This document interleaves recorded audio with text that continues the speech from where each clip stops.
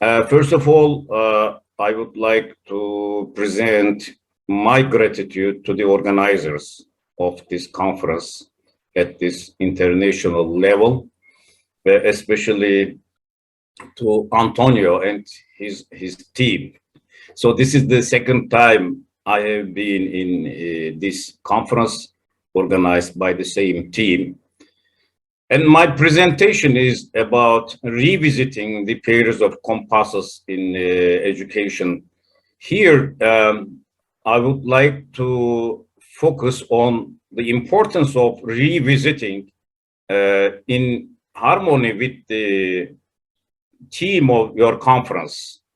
So I think it is time to revisit and to rediscover some values in all fields of let's say human life. As you know, there was a hunger problem in the world before the pandemic. Then we discussed and we lost many people in the pandemic period. And then the war started as soon as the pandemic slows down, and we don't know what will come next. But here, what I see is that we are losing something, or we are forgetting something remaining in the past. So it is necessary to revisit these things. That means to remember what we lost. And it is not, let's say, it is not valuable. It is not remarkable to forget the past and to focus on the present. I think it is time to go back to revisit the past and see the important values of the past. And I reflected this revisiting to the curriculum development, to the education system. In the education system we have now, the curriculum development process is firstly based on the educational philosophy, or let's say educational philosophies that we have adopted. The ideal curriculum should consider and give great importance to life's ultimate questions, addressing to the man's inner world, inner dimensions, man's feelings and their demands. Considering the hunger all over the world, especially in Africa, and the pandemic period, and the war we have been experiencing now in Ukraine, have triggered the need to revisit the humanitarian values and integrate these humanitarian values into, first of all, our educational system. So we need to pursue a balance between our inner world and outside world, that is in real life.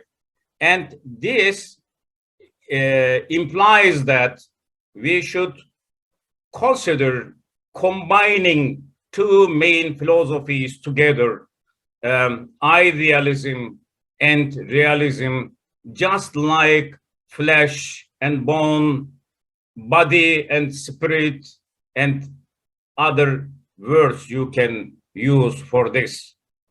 But here there is some ambiguity between dualism and duality. I do not speak on dualism. Dualism is not working in our inner world. Duality works in our world because duality makes the two main philosophies or approaches to think together, not excluding, not ignoring, but taking, considering the two main philosophies and approaches together, and to think them as a whole. So the moral, ethical, and spiritual dimensions nowadays are ignored and sometimes totally excluded. And the main focus of the human mind is shifted on the technology only as a representative of realism. But here it is the inner world of every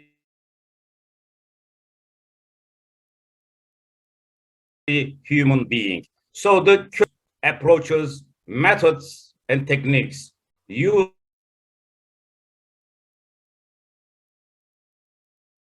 in the educational discipline, these basics of human existence. This balance requires considering the main educational philosophies as a whole to complete each other, just like two halves of an apple. It is idealism together with realism. So dualism focuses on the distinction of these two philosophies and being opponents of each other and alternatives of each other. However, duality is different. Duality indicates that these two main educational philosophies cannot be parted or separated. The two makes the whole, and thus human being is a whole only with the two. Therefore, it's time to revisit duality rather than dualism in our age. The address to the inner world and the transformation of human mind and feelings have always been the main topics of previous thinkers and philosophers. In this sense, in this presentation, I will mention two main metaphors that can be associated with the balance or duality that I have mentioned before. One of the metaphors belongs to a prominent Muslim philosopher, Mevlana Jalaluddin Rumi. He uses the metaphor of a drawing compass. He implies that a human life is like a drawing compass. One leg of the compass is static, fixed. It is centered, and it is rooted in a certain spot. In the curriculum development process, this leg represents idealism, focusing on the moral, social, and ethical values that are perennial as unchanging values and features of human being. The other leg draws a huge wide circle around the first one, constantly moving, but without departing from the static leg, which is connected to it in all attempts. And the second metaphor belongs to an English poet, John Donne, in a poem written to his wife Anne before John Donne departed on a long tour of the European continent. And the title of the poem is A Valediction Forbidding Mourning. In this poem, the poet uses the metaphor of a mathematical compass. And this metaphor is one of the most famous and elaborate metaphors in English poetry. So it is better to integrate this metaphor into curriculum development process in another way. So in doing so, the poet John Donne compares the lovers to the two inseparably linked points of a mathematical compass. His lover's soul is the fixed foot in the center, and his is the foot that moves around. The firmness of the center foot makes the circle that the author draws perfect. So, in summary, we cannot separate human body and soul, just like flesh and bone. But the problems we have experienced recently showed us that we need some statics, just like a building. So if a building is to stand up, it needs first statics, then dynamics. So in educational system, I think it is time to revisit the statical aspects of human being and our life as the first focus, and the dynamics or the dynamic aspects can follow the static aspects, and they too, both two, can be considered only together, never separated and never departed, just like the two legs of a compass, just like Aristotle and Plato. They are not different and separated, but they complete each other. So the slogan is, in the educational curriculum development, if there is no statics, there is no dynamics. So statics exists or dynamics exist if the other side exists. They work and run together. And in our daily life, and also in our educational system, I think it is time to revisit these values again and integrate them to our educational system and our curriculum. Thank you for your attention. I am ready to listen to your reflections and questions. Thank you so much, Professor Mehmet Şahin. Thank you for for your speech and for your ideas.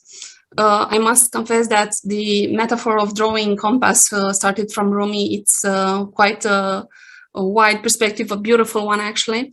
I somehow adhere to the idea of statics represented by ethics and values in the education process, but also the relation with the dynamic leg, which are in fact the educational actors and their action, their responses, which are centered on the static leg. They should follow the values and the ethics of the practice in order for the process in large to be a functional one. This is my understanding on what you said. Could you please give us some practical examples from the educational practice of your institution, of the university that you represent?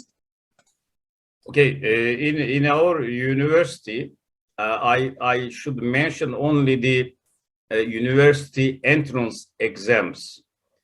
University entrance exams are carried out. The students are, let's say, graded according to the results of three types of scores. One is, let's say, mathematical results.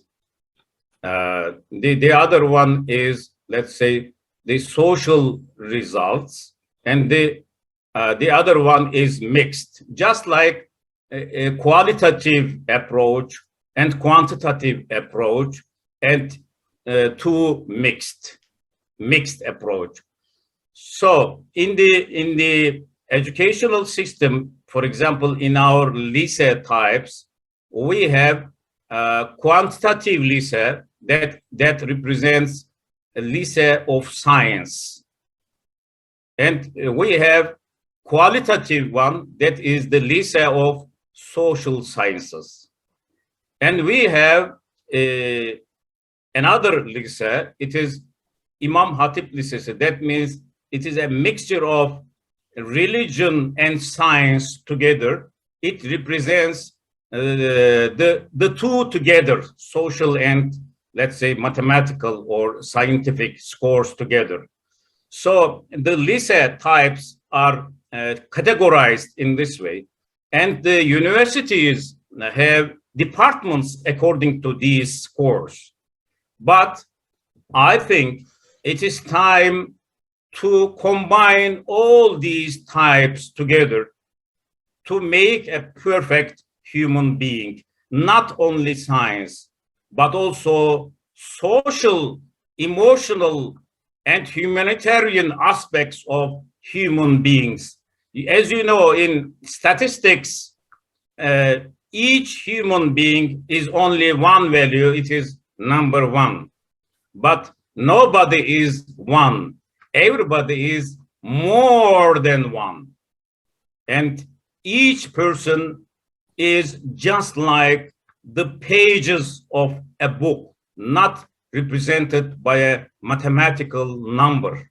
But from the other perspective, okay, I see you, you are a person, you are only one. No, there is not one person here.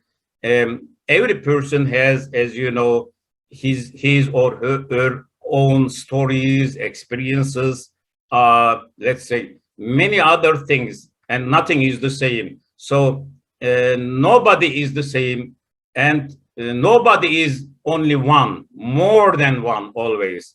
So in our educational system, I think it is time to revisit again, and I especially must express my thanks to Antonio again for the topic of this conference. It is time to revisit not only these educational aspects, but everything in the past, not disregarding the past and placing the past into a bin and act like a waste. Past is not a waste. It is important to look to the future and to know, to revisit, and to collect some important things that we need from the past. Thank you, Professor Şahin, for your insights. Thank you so much for your answer. You are welcome. We are kindly inviting all the participants here us today to give their insights too, to express their ideas, commentaries, ask questions for Professor Mehmet Şahin. Professor Ilyas Ambler, please. Thank you. Thank you very much for this presentation. I very much liked this metaphor of the need for a stable center, as well as dynamics, what I call in one of my papers, the need for constancy. But in a way, this idea runs counter to the dominant postmodernist discourse, the idea of deconstruction. You know, in Derrida, there is no fixed center. Everything is constantly moving. The author is both in and outside of the circle. So how do you relate to this? Do you see yourself as in opposition to the deconstructionist postmodernist discourse? Yeah. Yes, I agree with you. So modernity is something else. So modernity takes away these values that we have mentioned, and it is regarded in the postmodern period. But I again must express that I am not in the part of separating the ages, modern and postmodern, because from the fixed, stable lack of that compass point of view, we are the same. the dynamic aspects changes, and we are the same human beings. We smile in the same way, we cry in the same way. These are the things that I express as the static one. Static one does not mean that it is fixed and does not never move. No, static one is there to help the dynamic one. So the dynamic leg is dependent on the static length, and they move together, not stable in the same place. Okay, it is an organic being as the two legs of a compass, but that static leg does not mean that it is fixed there and never moves. No, two legs together, just like the two legs of a human being. They go and they walk and they run together. That is what I mean. Okay, thanks.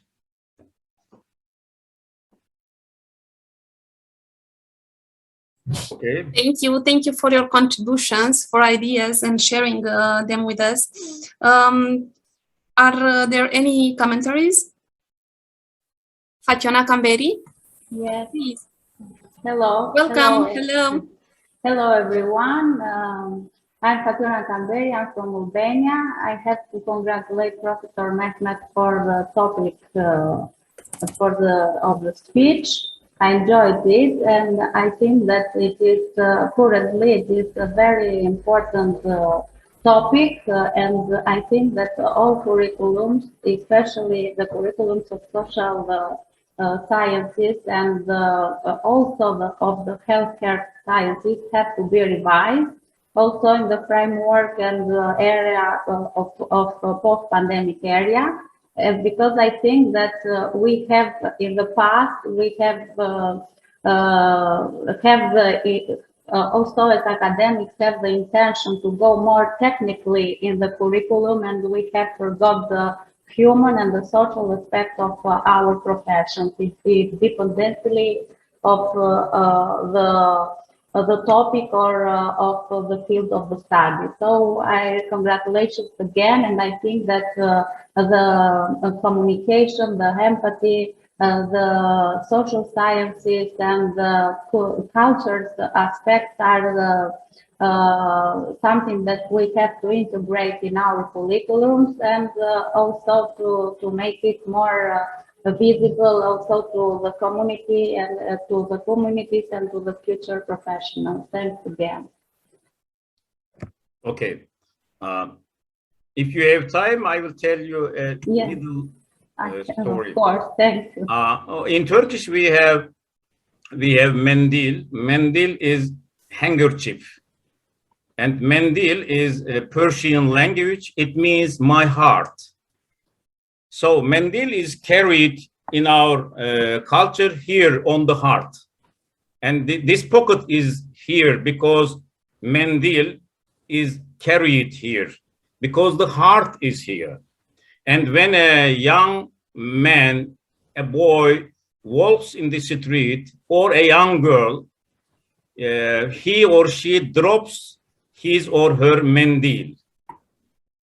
And the boy or the girl behind that takes that mendil up and puts that mendil into her or his pocket there. That means it's a kind of language without words, and we call it as heart language.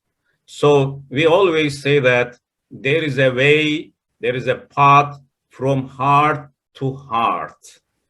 So it is time to revisit, again, greetings to Antonio, to revisit these roads, these paths, these ways, and to rediscover the depth of these, let's say, deep feelings and deep language between us as human beings.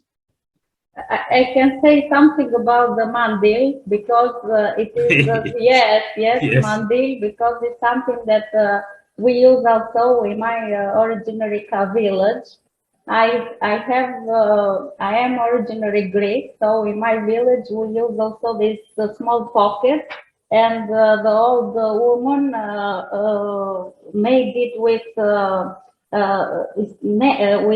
black, something like black, and they collected the money in this pocket. So the world is so close, and also we have the same characteristic and culture and social characteristics.